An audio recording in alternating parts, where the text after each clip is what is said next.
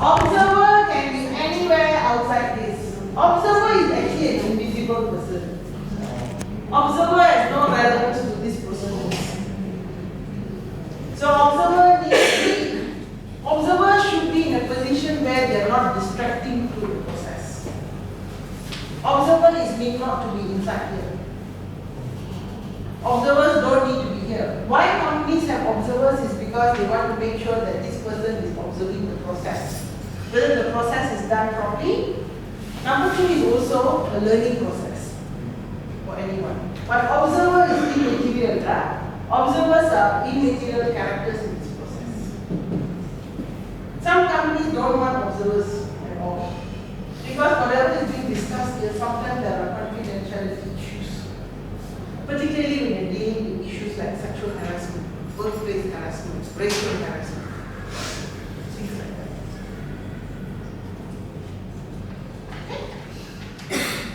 Heavy, yeah? It is heavy. A lot of companies don't like to do domestic inquiry. Yes. Even if you do audio recording, you still need to document it, right? Yes. Audio is just to play back. Sometimes you want to play back. But documentation of minutes, it's mandatory required. Mandatory. Audio recording is not mandatory, but the minutes of meeting is mandatory. Alright? Okay, now I have a quiz. See whether everyone attending. All members flat, close. All flat, close.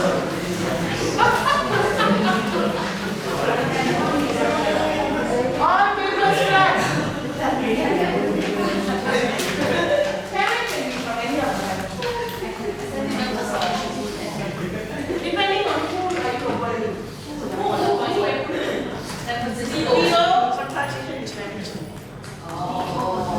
Normally the most senior person in the group would be the chairman.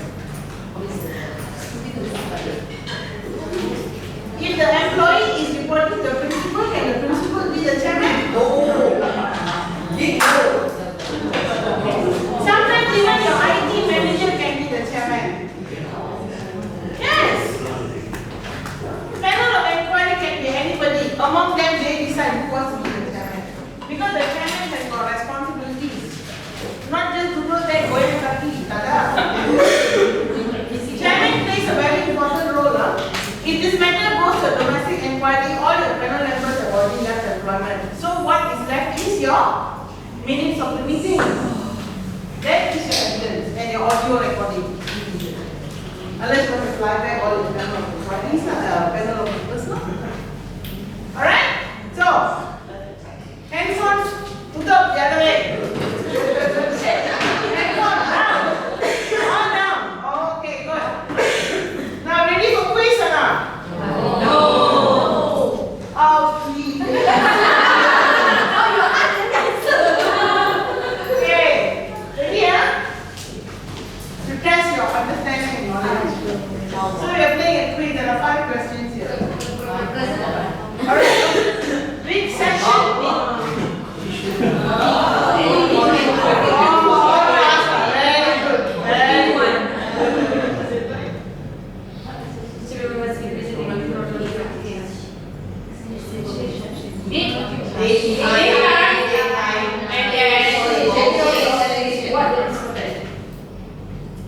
So, first you must know the who's employee first.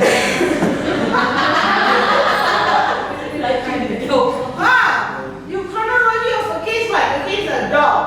No, isn't it? Employee, date, time, venue, the act, the consequences, violation of what policy, and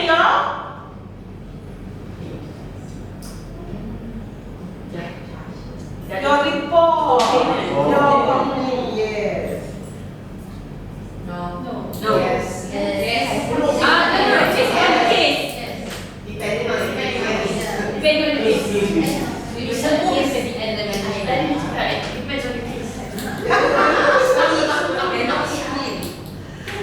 If you are planning to dismiss or terminate or demote or do a salary deduction. Can you skip? No. Depending on. No depending, huh? This is a golden rule. You cannot lonjak from this, you know. This one you must do, okay?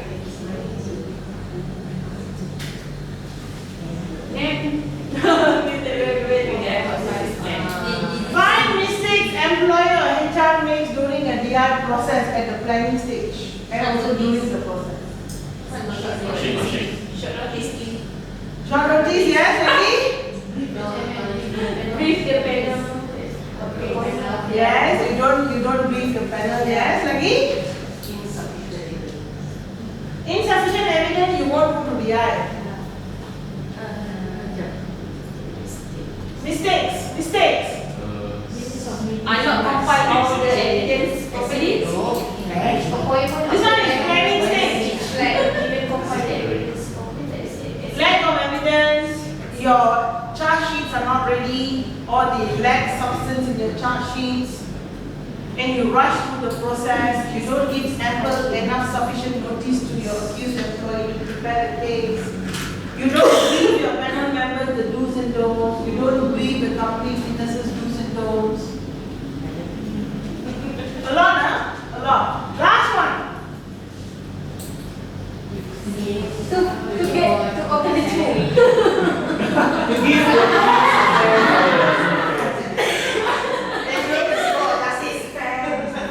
What is the purpose of holding a DI?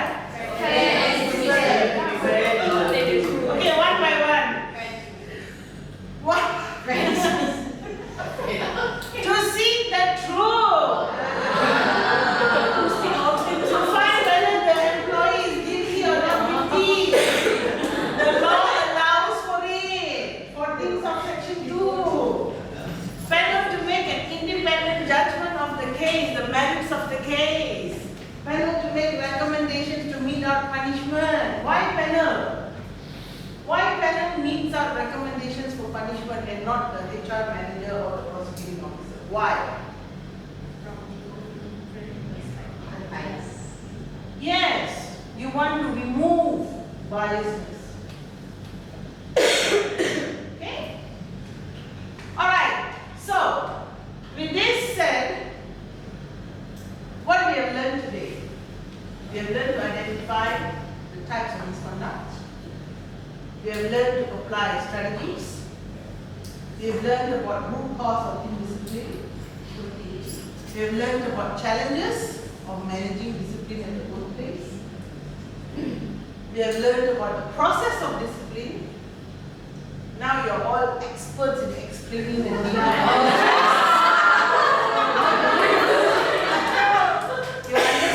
You understand what can be done and what cannot be done during the DI. Alright? Consequences of one-side dismissal. Sometimes management won't listen to HR. So in your heart you think, never mind, let her go to the IR office. I have done it. Because to teach the management a lesson. Yes, I've done it in ISCL. And the company had to pay the teacher 300,000. Wow. Yes, but it was a lot of cost. She was a primary teacher, elementary school teacher, we call it the American system. She's been a teacher for 17 years. But as a teacher, she went through 3 different principalships. So the latest principal comes in and decides that she's not a good teacher. The excuse was her classroom was not attractive. The classroom was not colorful. Her delivery was not exciting. She's a Latina, by the way. And the parents love her. So when the matter came to our attention, first thing is my lawyer's screen asked me, Shanti, where is the incompetency? No substance. So I tried telling the head of school at the time, who was very adamant to get out because she was still adopting the old style of teaching. She was not able to embrace the new pedagogical style of teaching. But you can have avenues to teach these people, right? But they were reluctant to spend time. So what happened was, we put her on a PIP. That time no, our organization no such thing as teacher development support plan. Straight away go on PIP. So she was on PIP for 6 months. In the 6 months, every month a principal and the line manager had a meeting with her. And the PIP document was very beautifully updated. But when my lawyers looked at the PIP document, there is no substance to show that she was an incompetent teacher. In fact, she did a survey from parents and students. Parents gave her high scoring, students gave her high scoring. But the administration didn't like her. So despite me advising the management, they wanted to still go ahead with the trial. And of course the panel was also kind of supporting for a guilty verdict. So they dismissed her. But when they dismissed her, she appealed to the company to reconsider. The company refused to. So she filed constructive dismissal. Initially, the settlement was 600,000. Then we went for ADR. ADR means you have the dispute resolution at the chambers of the magistrate court before the case goes to court. So we had a dispute resolution and finally we agreed for the settlement of 300,000. Then we paid her 300,000. So sometimes you may do what you think is right. You may advise what you think is reasonable, but companies won't listen. So in your heart you think the fire apart dan pergi ke court. I only say this in these 4 walls. If anybody go on and say, oh, Shanti quoted this, I would be nice.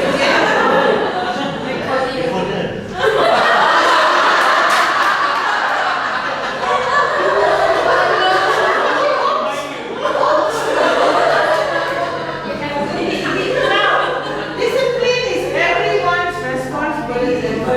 It starts from your number 1 person in the organization all the way downwards. Documentations, checklists, identify your misconduct, whether it's minor, major, criminal, or sometimes it's not even a misconduct. It could be a performance issue. It could be a complete lack of awareness. Okay? Consider whether there is a need for suspension. What are the other challenges that you face? Review case laws on unfair dismissal. During your free time, go into industrial courts, check the cases, read cases. Cases will help you understand in managing your own kinds of cases at schools. And finally, develop an action plan as a way forward to be successful. You can use this template. You can use this template. This is a goal-setting template that you can use. You can go far. Okay? Alright, Q&A time. Any burning questions that you have?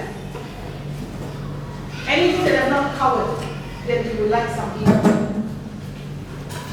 Okay, after the PI, still we requested additional information from the accused employee. Yeah.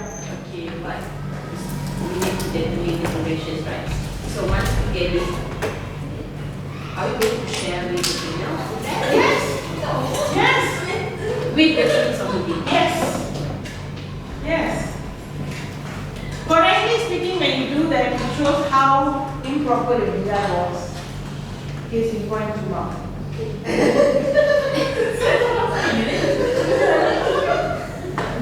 Because this was a hurried case. Despite elite and my intervention and advice, the line manager chose to ignore. Yes. So hopefully the panel will come back with some guilty verdict.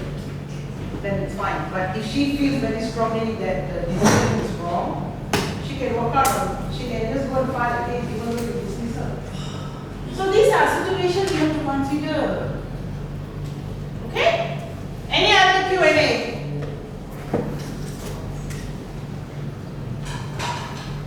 Okay. If through the proof of the documents obviously not matching, that Anglo is submitting an order, but the panel decided actually the coincidence not make sense. and then that's why actually they come out discrepancy. Yep. So I will not give the answer to that. It is for the panel to assess and interpret. You're asking for answers right away. No. I can't preempt the situation. Okay? So if there are no more questions, can I seek your support to give me your true and honest feedback? You can scan this and there are about, I think, a couple of questions. Give me your feedback.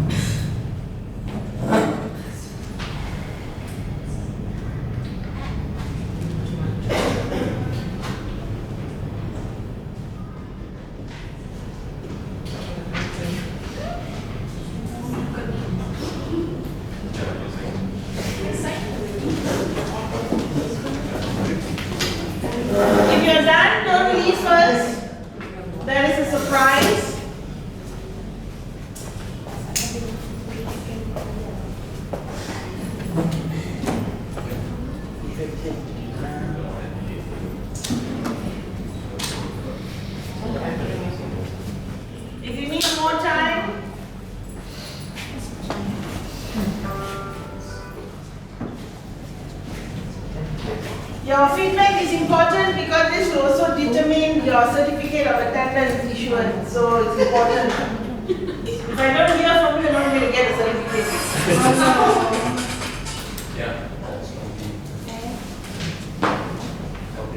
Alright, while you're doing your feedback, we are now ready to celebrate the birthday of IU. Happy birthday to you. Happy birthday to you. Happy birthday to IU. Happy birthday to you.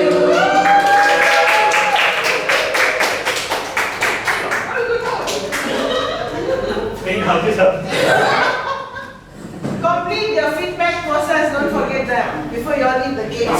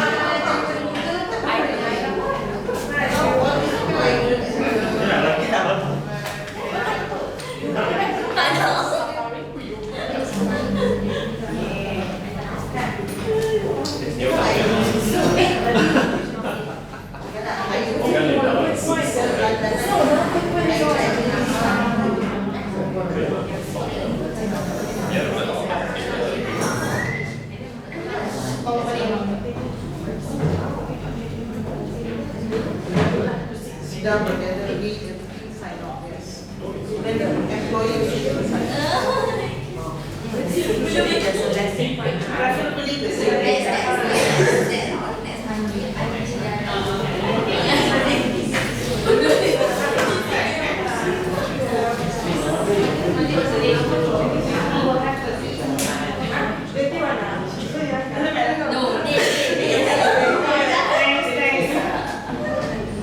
There is a hiccup in the questionnaire. I think you have to just choose one.